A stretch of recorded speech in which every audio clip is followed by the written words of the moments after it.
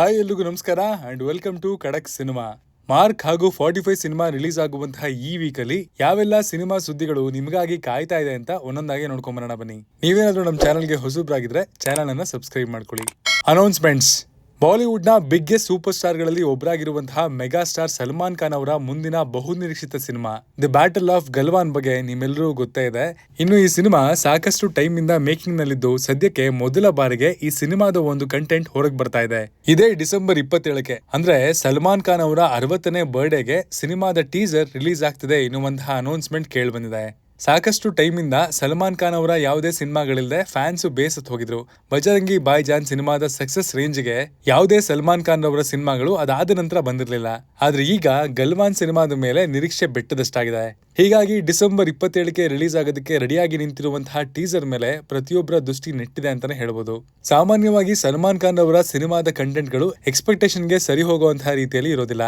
ಆದ್ರೆ ಇದು ನೈಜ ಘಟನೆಗಳನ್ನು ಆಧರಿಸಿಕೊಂಡಿರುವಂತಹ ಆರ್ಮಿ ಬೇಸ್ ಆಗಿರುವಂತಹ ಕತೆ ಆಗಿರೋದ್ರಿಂದಾಗಿ ಸಿನಿಮಾದ ಮೇಲೆ ಸಹಜವಾಗಿನೇ ನಿರೀಕ್ಷೆ ಹೆಚ್ಚಾಗಿದ್ದು ಇದಕ್ಕೆಲ್ಲ ಉತ್ತರ ನಿಮಗೆ ಡಿಸೆಂಬರ್ 27ಕ್ಕೆ ಸಿಗೋದು ಕನ್ಫರ್ಮ್. Big updates.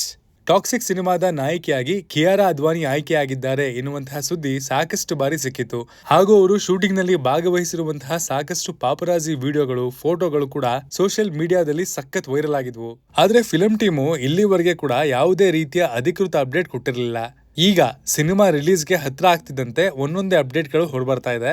ಅದರಲ್ಲೂ ಸ್ಪೆಷಲ್ ಆಗಿ ಕಿಯಾರಾ ಅದ್ವಾನಿ ಅವರು ಸಿನಿಮಾದಲ್ಲಿ ನಾದಿಯಾ ಎಂಬ ಪಾತ್ರದಲ್ಲಿ ಕಾಣಿಸ್ಕೊಳ್ತಾ ಇರುವಂತಹ ಅಧಿಕೃತ ಪೋಸ್ಟರ್ ನ ರಿಲೀಸ್ ಮಾಡಲಾಗಿದೆ. ಸಿನಿಮಾದಲ್ಲಿ ಅವರ ಪಾತ್ರದ ಪೋಸ್ಟರ್ ಹಾರ್ಲಿ ಕ್ವೀನ್ ಪಾತ್ರದ ವೈಬ್ ನೆನಪು ಮಾಡಿಸ್ತಾ ಇದೆ. ನೋಡೋಣ ಇನ್ನು ಯಾವುದೆಲ್ಲ ಅಪ್ಡೇಟ್ಗಳು ಸಿನಿಮಾದಿಂದ ಬರೋದಿದೆ ಅಂತ. ಹಾಲಿವುಡ್ ಸಿನಿಮಾ ಅನಕೊಂಡ ಇದೇ ಡಿಸೆಂಬರ್ 25ಕ್ಕೆ ರಿಲೀಸ್ ಆಗ್ತಾ ಇದೆ. ನಮ್ಮ ಕನ್ನಡದ ಹೆಮ್ಮೆಯ ಸಿನಿಮಾ ಪ್ರೊಡಕ್ಷನ್ ಸಂಸ್ಥೆ ಆಗಿರುವಂತಹ ಹೊಂಬಾಳೆ ಫಿಲ್ಮ್ಸ್ ಈ ಸಿನಿಮಾನ ಕರ್ನಾಟಕದಲ್ಲಿ 300ಕ್ಕೂ ಹೆಚ್ಚಿನ ಪ್ರದರ್ಶನದಲ್ಲಿ ರಿಲೀಸ್ ಮಾಡುವಂತಹ ವಿತರಣೆಯ ಜವಾಬ್ದಾರಿಯನ್ನ ಪಡ್ಕೊಂಡಿದೆ. ಇಂತಹ ಪ್ರೆಸ್ಟಿಜಿಯಸ್ ಸಿನಿಮಾನ ಡಿಸ್ಟ್ರಿಬ್ಯೂಟ್ ಮಾಡ್ತಾ ಇರೋದು ಹೊಂಬಾಳೆ ಫಿಲ್ಮ್ಸ್ಗೆ ಒಂದು ಮೈಲಿಗಲ್ಲು ಅಂತಾನೆ ಹೇಳ್ಬೋದು. Theatrical releases. ಈ ವಾರ ಅಂದ್ರೆ ಡಿಸೆಂಬರ್ 25ಕ್ಕೆ ಮಾರ್ಕ್ ಹಾಗೂ 45 ಎರಡೂ ಕನ್ನಡದ ಬಿಗ್ ಬಜೆಟ್ ಸಿನಿಮಾಗಳು ರಿಲೀಸ್ ಆಗ್ತಾ ಇದೆ. ಇದರಲ್ಲಿ 45 ಸಿನಿಮಾ 24ನೇ ತಾರೀಕೆ ಪ್ರೀಮಿಯರ್ ಶೋಸ್ ಗಳನ್ನ ಬಿಟ್ಟಿದ್ದಾರೆ. ಹಾಗೂ ಮಾರ್ಕ್ ಸಿನಿಮಾವನ್ನ ನೀವು 25ನೇ ತಾರೀಕು ಅರ್ಲಿ ಮಾರ್ನಿಂಗ್ ಶೋಸ್ ಗಳಲ್ಲಿ ನೋಡಬಹುದಾಗಿದೆ. ನಮ್ಮ ಸುಮಾರು ಸ್ಟಾರ್ ಗಳ ಸಿನಿಮಾಗಳು ಒಟ್ಟೊಟ್ಟಿಗೆ ಬರ್ತಾ ಇದೆ. ಸಿನಿಮಾ ಚೆನ್ನಾಗಿದ್ದಲ್ಲಿ ಮಿಸ್ ಮಾಡದೆ ನೋಡಿ. ಹೆಚ್ಚೆಚ್ಚು ಬಾಕ್ಸ್ ಆಫೀಸ್ ಕಲೆಕ್ಷನ್ ನಮ್ಮ ಕನ್ನಡ ಸಿನಿಮಾಗಳಿಗೆ ಆಗ್ಲಿ.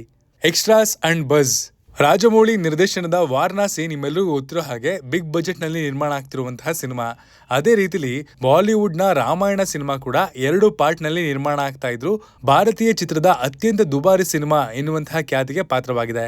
ಈ ಮೂಲಕ ಈ 2 ಸಿನಿಮಾಗಳು ಭಾರತೀಯ ಚಿತ್ರರಂಗದಲ್ಲಿ 1000 ಕೋಟಿಗೂ ಹೆಚ್ಚಿನ ಬಜೆಟ್ ಅನ್ನ ಉಪಯೋಗಿಸಿಕೊಂಡು ನಿರ್ಮಾಣ ಆಗ್ತಿರುವಂತಹ ಸಿನಿಮಾಗಳು ಎನ್ನುವಂತಹ ಹಣೆಪಟ್ಟಿಗೆ ಪಾತ್ರವಾಗಿದೆ. ಒಂದ್ ಕಡೆ ರಾಮಾಯಣ ಸಿನಿಮಾದ 2 ಪಾರ್ಟ್ಗಳು 4000 ಕೋಟಿಗೂ ಹೆಚ್ಚಿನ ಬಜೆಟ್ ನಲ್ಲಿ ನಿರ್ಮಾಣ ಆಗ್ತಾ ಇದ್ರೆ, ಈ ಕಡೆ ರಾಜಮೌಳಿ ನಿರ್ದೇಶನದ ವಾರಣಾಸಿ ಸಿನಿಮಾ 1300 ಕೋಟಿಗೂ ಹೆಚ್ಚಿನ ಬಜೆಟ್ ನಲ್ಲಿ ನಿರ್ಮಾಣ ಆಗ್ತಾ ಇದೆ ಎನ್ನುವಂತಹ ಮಾಹಿತಿಯನ್ನ ಖುದ್ದಾಗಿ ಸಿನಿಮಾದ ನಾಯಕ ನಟಿ ಆಗಿರುವಂತಹ ಪ್ರಿಯಾಂಕಾ ಚೋಪ್ರಾ ಅವರೇ ಇತ್ತೀಚಿನ ಇಂಟರ್ವ್ಯೂ ನಲ್ಲಿ ನೀಡಿದ್ದಾರೆ.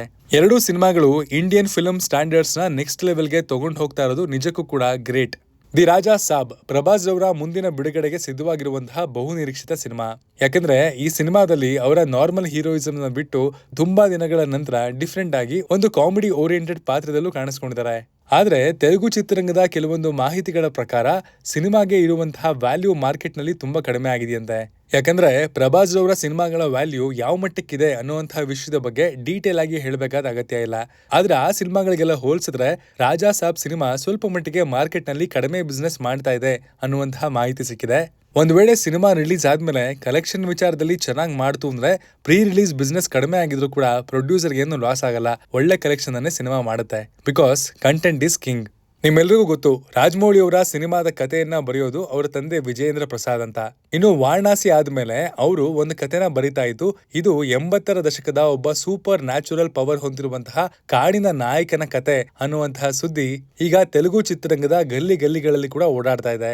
ಪ್ರತಿಯೊಬ್ರು ಕೂಡ ಆಶ್ಚರ್ಯ ಪಡ್ತಾ ಇರುವಂತಹ ಸುದ್ದಿ ಏನಪ್ಪಾ ಅಂದ್ರೆ, ಇದನ್ನ ರಾಜಮೌಳಿ ಅವರೇ ಡೈರೆಕ್ಟ್ ಮಾಡ್ತಾರಾ ಅಥವಾ ಬೇರೆ ಯಾವ್ದಾದ್ರು ಡೈರೆಕ್ಟರ್ಗೆ ವಿಜಯೇಂದ್ರ ಪ್ರಸಾದ್ ಅವರು ಈ ಸಿನಿಮಾದ ಕಥೆಯನ್ನ ಬರಿತಾ ಇದ್ದಾರಾ ಅನ್ನೋದೇ ಅನುಮಾನ. ನೋಡೋಣ, ಟೈಮ್ ತುಂಬಾನೇ ಇದೆ. ಒಂದು ವೇಳೆ ಆ ಸಿನಿಮಾನ ರಾಜಮೌಳಿ ಅವರೇ ಡೈರೆಕ್ಟ್ ಮಾಡ್ತಾರೆ ಅಂತ ಆದ್ರೆ ಯಾರಿಗ್ ಮಾಡ್ತಾರೆ ಅನ್ನುವಂತಹ ಕುತೂಹಲ ಕೂಡ ಹೆಚ್ಚಾಗಿದೆ. ಲೇಟೆಸ್ಟ್ ಮಾಹಿತಿಯ ಪ್ರಕಾರ ನಮ್ಮ ಕನ್ನಡದ ಹೆಮ್ಮೆಯ ಹೊಂಬಾಳೆ ಫಿಲ್ಮ್ಸ್ ಡೈರೆಕ್ಟರ್ ಸುಜಿತ್ ಅವರ ಜೊತೆಗೆ ಒಂದು ಸಿನಿಮಾ ಮಾಡೋದಕ್ಕೆ ತಯಾರಿಯನ್ನ ಮಾಡ್ಕೊಳ್ತಾ ಇದೆ ಎನ್ನುವಂತಹ ಮಾಹಿತಿ ಸಿಕ್ಕಿದೆ. ಆದ್ರೆ ಅದಕ್ಕಿಂತ ಮಜವಾಗಿರುವಂತಹ ಸುದ್ದಿ ಏನಪ್ಪಾ ಅಂದ್ರೆ ಸುಜಿತ್ ಅವರ ಈ ಡೈರೆಕ್ಷನಲ್ ಸಿನಿಮಾದಲ್ಲಿ ನಾಯಕನಾಗಿ ಪ್ರಭಾಸ್ ಕಾಣಿಸ್ಕೊಳ್ತಾ ಇದ್ದಾರೆ ಅಂತ ಅನ್ನೋದು. ಈಗಾಗಲೇ ಹೊಂಬಾಳೆ ಫಿಲಮ್ಸ್ ಜೊತೆಗೆ ತುಂಬಾ ಫಿಲಮ್ಸ್ ನ ಸೈನ್ ಮಾಡಿರುವಂತಹ ಪ್ರಭಾಸ್ ಈಗ ಸಾಹೋ ನಂತರ ಮತ್ತೆ ಸುಜಿತ್ ಅವರ ಜೊತೆಗೆ ಸಿನಿಮಾ ಮಾಡ್ತಾರೆ ಎನ್ನುವಂತಹ ಗುಸುಗುಸು ಈಗ ಓಡಾಡ್ತಾ ಇದೆ. ಇದಾಗಿದ್ದೇ ಹೌದಲ್ಲಿ ಸಾಹೋ ವಿಚಾರದಲ್ಲಿ ಇದ್ದಂತಹ ಗೊಂದಲ ಮುಂಬರುವಂತಹ ಸಿನಿಮಾದಲ್ಲಿ ಅಭಿಮಾನಿಗಳಿಗೆ ಕ್ಲಿಯರ್ ಆಗಲಿದೆ. ನೋಡೋಣ ಹೀರೋ ಯಾರು ಅಂತ. ಟಾಕ್ಸಿಕ್ ಸಿನಿಮಾದಲ್ಲಿ ದೊಡ್ಡ ತಾರಾ ಬಳಗವೇ ಇದೆ. ಇನ್ನು ಈ ಸಿನಿಮಾದಲ್ಲಿ ಬಾಲಿವುಡ್ ನ ಖ್ಯಾತ ನಟಿಯಾಗಿರುವಂತಹ ಹುಮಾ ಕುರೇಶಿ ಅವರು ಕೂಡ ಇದ್ದಾರೆ ಅಂತ ಸುದ್ದಿಗಳು ಬಾಲಿವುಡ್ ನ ಸೋಷಿಯಲ್ ಮೀಡಿಯಾ ಪೇಜ್ಗಳಲ್ಲಿ ಸಾಕಷ್ಟು ಬಾರಿ ಕೇಳಿಬಂದಿತ್ತು. ಇತ್ತೀಚೆಗಷ್ಟೇ ಇಂಟರ್ವ್ಯೂನಲ್ಲಿ ಕೂಡ ಅವರು ಸಿನಿಮಾದ ಬಗ್ಗೆ ಮಾತನಾಡಿದ ನಂತರ ಈ ಸುದ್ದಿ ಕನ್ಫರ್ಮ್ ಆಗಿತ್ತು. ಇನ್ನು ಇಂಟರ್ವ್ಯೂನಲ್ಲಿ ಮಾತಾಡ್ತಾ ಟಾಕ್ಸಿಕ್ ಸಿನಿಮಾದಲ್ಲಿ ಇರುವಂತಹ ಕಂಟೆಂಟು ಇಂಡಿಯನ್ ಸಿನಿಮಾದಲ್ಲಿ ನಾನು ಮೊದಲ ಬಾರಿಗೆ ನೋಡ್ತಾ ಇರೋದು, ಪ್ರತಿಯೊಬ್ರು ಕೂಡ ಈ ಸಿನಿಮಾ ನೋಡಿದ ನಂತರ ಕಳೆದೋಗ್ತಾರೆ ಅನ್ನುವಂತಹ ರೀತಿಯಲ್ಲಿ ಸಿನಿಮಾ ಯಾವ ಮಟ್ಟಿಗೆ ಮೂಡ್ ಬಂದಿದೆ ಅನ್ನೋದನ್ನ ಹಂಚ್ಕೊಂಡಿದ್ದಾರೆ. ಬಾಲಿವುಡ್ ಸೆಲೆಬ್ರಿಟಿಗಳು ಕೂಡ ನಮ್ಮ ಕನ್ನಡದ ಸಿನಿಮಾನ ಇಷ್ಟರ ಮಟ್ಟಿಗೆ ಹೊಗಳ್ತಾ ಇದ್ದಾರೆ ಅಂತಂದ್ರೆ ಸಿನಿಮಾ ರಿಯಲ್ ಆಗಿನೇ ಎಕ್ಸ್ಟ್ರಾರ್ಡಿನರಿ ಆಗಿ ಮೂಡ್ ಬಂದಿದೆ ಅನ್ನೋದ್ರಲ್ಲಿ ಎರಡು ಮಾತಿಲ್ಲ ಅಂತ ಕಾಣುತ್ತೆ. ಸಿನಿಮಾ ನೋಡುವಂತಹ ಎಕ್ಸೈಟ್ಮೆಂಟು ತವಕ ಕೂಡ ತುಂಬಾನೇ ಜಾಸ್ತಿ ಆಗ್ತಾ ಇದೆ. ಕೆಡಿ ಸಿನಿಮಾದ ಸುದ್ದಿ ಏನಪ್ಪಾ ಆಯ್ತು ಅಂತ ಕಾಯ್ತಾ ಇದ್ದಂತಹ ಅಭಿಮಾನಿಗಳಿಗೆ ಈಗ ಒಂದು ಹೊಸ ಅಪ್ಡೇಟ್ ಅನ್ನ ಬಿಟ್ಟಿದ್ದಾರೆ. ಅದೇನಂದ್ರೆ ಕೆಡಿ ಸಿನಿಮಾದ ಥರ್ಡ್ ಸಾಂಗ್ 26ನೇ ತಾರೀಕು ರಿಲೀಸ್ ಆಗೋದು ಕನ್ಫರ್ಮ್ ಆಗಿದೆ. ಅಣ್ತಮ್ಮ ಜೋಡೆತ್ತು ಕಣೋ ಅನ್ನುವಂತಹ ಸಾಂಗ್ ರಿಲೀಸ್ ಆಗೋದಕ್ಕೆ ರೆಡಿ ಆಗಿದ್ದಾರೆ. Together we carry, together we rise, together we conquer ಅಂತ ಈ ಸಾಂಗ್ ನ ಸಬ್ ಟೈಟಲ್ ನ ಕೂಡ ಡೈರೆಕ್ಟರ್ ಪ್ರೇಮ್ಸ್ ಅವರು ಹಂಚ್ಕೊಂಡಿದ್ದಾರೆ. ನೋಡೋಣ ಈ ಸಾಂಗು ಎಷ್ಟು ಮಜವಾಗಿ ಮೂಡ್ ಬಂದಿರುತ್ತೆ ಅಂತ. ಜೂನಿಯರ್ NTR ತೆಲುಗು ಚಿತ್ರರಂಗದ ಟಾಪ್ ನಾಯಕ ನಟರಲ್ಲಿ ಕಾಣಿಸಿಕೊಳ್ಳುವಂತಹ ನಟ. ಕಳೆದ ಬಾರಿ ಬಾಲಿವುಡ್ ನಲ್ಲಿ ವಾರ್ 2 ಸಿನಿಮಾದಲ್ಲಿ ಕಾಣಿಸ್ಕೊಂಡಿದ್ರು ಕೂಡ ಸಿನಿಮಾ ಬಾಕ್ಸ್ ಆಫೀಸ್ ನಲ್ಲಿ ಸಂಪೂರ್ಣವಾಗಿ ಫ್ಲಾಪ್ ಆಗಿತ್ತು. ಆದ್ರೆ ಈಗ ಕೇಳಿ ಬರ್ತಾ ಇರುವಂತಹ ಮತ್ತೊಂದು ಸುದ್ದಿಯ ಪ್ರಕಾರ ಮತ್ತೊಮ್ಮೆ ಯಶ್ ರಾಜ್ ಫಿಲಮ್ಸ್ ನ ಸ್ಪೈ ಯೂನಿವರ್ಸ್ ನ ಮತ್ತೊಂದು ಭಾಗವಾಗಿರುವಂತಹ ಪಠಾಣ್ ಸಿನಿಮಾದ 2ನೇ ಪಾರ್ಟ್ ನಲ್ಲಿ ಜೂನಿಯರ್ NTR ಕಾಣಿಸ್ಕೊಳ್ತಾ ಇದ್ದಾರೆ ಅನ್ನುವಂತಹ ಸುದ್ದಿಗಳು ಇತ್ತೀಚಿನ ದಿನಗಳಲ್ಲಿ ಸೋಷಿಯಲ್ ಮೀಡಿಯಾದಲ್ಲಿ ಎಡಬಿಡದಂತೆ ಓಡಾಡ್ತಿದೆ. ಒಂದು ವೇಳೆ ಇದು ನಿಜವಾಗಿದ್ದೇ ಹೌದಲ್ಲಿ ಈ ಹಿಂದೆ ಮಾಡಿರುವಂತಹ ಮಿಸ್ಟೇಕ್ ನ ಕರೆಕ್ಟ್ ಮಾಡ್ಕೊಳ್ಳೋದಕ್ಕೆ ಇದೊಂದು ಸೆಕೆಂಡ್ ಚಾನ್ಸ್ ಅಂತಾನೆ ಹೇಳ್ಬೋದು. ದುರಂಧರ್ ಸಿನಿಮಾ ಬಾಕ್ಸ್ ಆಫೀಸ್ ಅಲ್ಲಿ ದಿನದಿಂದ ದಿನಕ್ಕೆ ಕಲೆಕ್ಷನ್ ವಿಚಾರದಲ್ಲಿ ಹೈಕ್ ಆಗ್ತಾನೆ ಇದೆ. ಈಗಾಗಲೇ ವರ್ಲ್ಡ್ ವೈಡ್ ಕಲೆಕ್ಷನ್ ವಿಚಾರಕ್ಕೆ ಬರೋದಾದ್ರೆ 18 ದಿನದಲ್ಲಿ 890 ಕೋಟಿಗೂ ಹೆಚ್ಚಿನ ಕಲೆಕ್ಷನ್ ಮಾಡುವ ಮೂಲಕ ಈ ವರ್ಷದ ಹೈಯೆಸ್ಟ್ ಗ್ರಾಸರ್ ಕಲೆಕ್ಷನ್ ಮಾಡಿರುವಂತಹ ಸಿನಿಮಾದ ಪಟ್ಟಿಗೆ ಸೇರ್ಕೊಂಡಿದೆ. ಈ ಸಂಖ್ಯೆ ಅಫ್ಕೋರ್ಸ್ ಇನ್ನೂ ಜಾಸ್ತಿ ಆಗುವಂತಹ ಸಾಧ್ಯತೆ ಇದ್ದು 1000 ಕೋಟಿ ಕಲೆಕ್ಷನ್ ಮಾಡೋದು ಇಟ್ಸ್ ಎ ಕೇಕ್ ವಾಕ್. ಒಂದು ಸಿನಿಮಾ ಇಷ್ಟರ ಮಟ್ಟಿಗೆ ಬಾಕ್ಸ್ ಆಫೀಸ್ ಅಲ್ಲಿ, ಅದರಲ್ಲೂ ವಿಶೇಷವಾಗಿ ಬಾಲಿವುಡ್ ನಲ್ಲಿ ಇತ್ತೀಚಿನ ದಿನಗಳಲ್ಲಿ ರೆಕಾರ್ಡ್ ಬ್ರೇಕಿಂಗ್ ಸಾಧನೆ ಮಾಡುತ್ತೆ ಅನ್ನೋದನ್ನ ಯಾರು ಕೂಡ ಊಹೆ ಮಾಡಿರಲಿಲ್ಲ. ದುರಂಧರ್ ಮಾಡಿರುವಂತಹ ಸಾಧನೆ, ಅದರಲ್ಲೂ ಒಂದೇ ಭಾಷೆಯಲ್ಲಿ ರಿಲೀಸ್ ಆಗಿ ಮಾಡಿರುವಂತಹ ಸಾಧನೆ ನಿಜಕ್ಕೂ ಮೆಚ್ಚಬೇಕಾದ್ದೆ. ಇನ್ನು ಇತ್ತೀಚಿನ ದಿನಗಳಲ್ಲಿ ಸೋಷಿಯಲ್ ಮೀಡಿಯಾದಲ್ಲಿ ಶೆಟ್ಟಿ ಗ್ಯಾಂಗ್ ನಡುವೆ ಬಿರುಕು ಬಿಟ್ಟಿದೆ ಎನ್ನುವಂತಹ ಸುದ್ದಿಗಳು ದೊಡ್ಡ ಮಟ್ಟದಲ್ಲಿ ಓಡಾಡ್ತಾ ಇದ್ವು. ಯಾಕಂದ್ರೆ ಕಳೆದ ಬಾರಿ ಕಾಂತಾರ ಸಿನಿಮಾ ರಿಲೀಸ್ ಆದಾಗ ರಾಜ್ಬಿ ಶೆಟ್ಟಿ ಅವರಿಂದ ಹಿಡಿದು ರಕ್ಷಿತ್ ಶೆಟ್ಟಿ ತನಕ ಪ್ರತಿಯೊಬ್ರು ಕೂಡ ಸಿನಿಮಾನ ಇಷ್ಟಪಟ್ಟು ಖುದ್ದಾಗಿ ತಾವೇ ನೋಡಿ ಮೆಚ್ಚುಗೆ ಮಾತುಗಳನ್ನ ಆಡಿದ್ರು. ಆದ್ರೆ ಈ ಬಾರಿಯ ಕಾಂತಾರ ಚಾಪ್ಟರ್ 1 ರಿಲೀಸ್ ಆಗುವಂತಹ ಸಂದರ್ಭದಲ್ಲಿ ಸಿನಿಮಾ ತಂಡದಿಂದ ರಾಜ್ಬಿ ಶೆಟ್ಟಿ ಅವರು ಹೊರಬಂದಿದ್ದು, ಸಿನಿಮಾದ ಬಗ್ಗೆ ರಕ್ಷಿತ್ ಶೆಟ್ಟಿ ಯಾವುದೇ ರೀತಿಯ ಮಾತನಾಡದೆ ಮೌನ ವಹಿಸಿದ್ದು ಎಲ್ಲಾ ವಿಚಾರಗಳು ಕೂಡ ಶೆಟ್ಟಿ ಗ್ಯಾಂಗ್ ನಲ್ಲಿ ಬಿರುಕು ಬಿಟ್ಟಿದೆ ಎನ್ನುವಂತಹ ಮಾತುಗಳು ಹೆಚ್ಚಾಗೋದಕ್ಕೆ ಕಾರಣ ಆಗಿತ್ತು. ಇದಕ್ಕೆ ತೆರೆ ಎಳೆಯುವಂತಹ ನಿಟ್ಟಿನಲ್ಲಿ ಪ್ರಮೋದ್ ಶೆಟ್ಟಿ ಅವರು ಇತ್ತೀಚೆಗಷ್ಟೇ 45 ಸಿನಿಮಾದ ಈವೆಂಟ್ ನಲ್ಲಿ ಇದೆಲ್ಲ ನಮಗೆ ಗೊತ್ತಾಗಿದ್ದೆ ಮಾಧ್ಯಮಗಳಲ್ಲಿ ಬಂದಾದ ನಂತರ, ನಮ್ಮಲ್ಲಿ ಆ ರೀತಿಯ ಯಾವುದೇ ಬಿರುಕುಗಳಿಲ್ಲ ಎನ್ನುವಂತಹ ರೀತಿಯಲ್ಲಿ ನಗೆ ಚಟಾಕಿಯನ್ನ ಹರಿಸಿದ್ರು. ಆದ್ರೂ ಕೂಡ ಎಲ್ಲೋ ಒಂದ್ ಕಡೆ ಏನೋ ಆಗಿದೆ ಎನ್ನುವಂತಹ ಒಂದು ಚಿಕ್ಕ ಮಾತು ನಮ್ಮ ಮನಸ್ಸಿನಲ್ಲಿ ಈಗಲೂ ಕೂಡ ಕಾಡ್ತಾ ಇದೆ ಅನ್ನೋದ್ರಲ್ಲಿ ಡೌಟೇ ಇಲ್ಲ.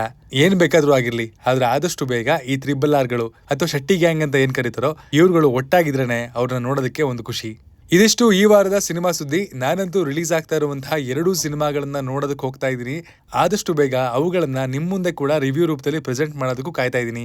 ನೀವು ಯಾವ ಸಿನಿಮಾನ ಫಸ್ಟ್ ಡೇ ಫಸ್ಟ್ ಶೋ ನೋಡೋದಕ್ಕೆ ರೆಡಿ ಆಗಿದ್ದೀರಾ ಅಂತ ಕಮೆಂಟ್ ಮಾಡಿ ತಿಳಿಸಿ. Signing off, Manu.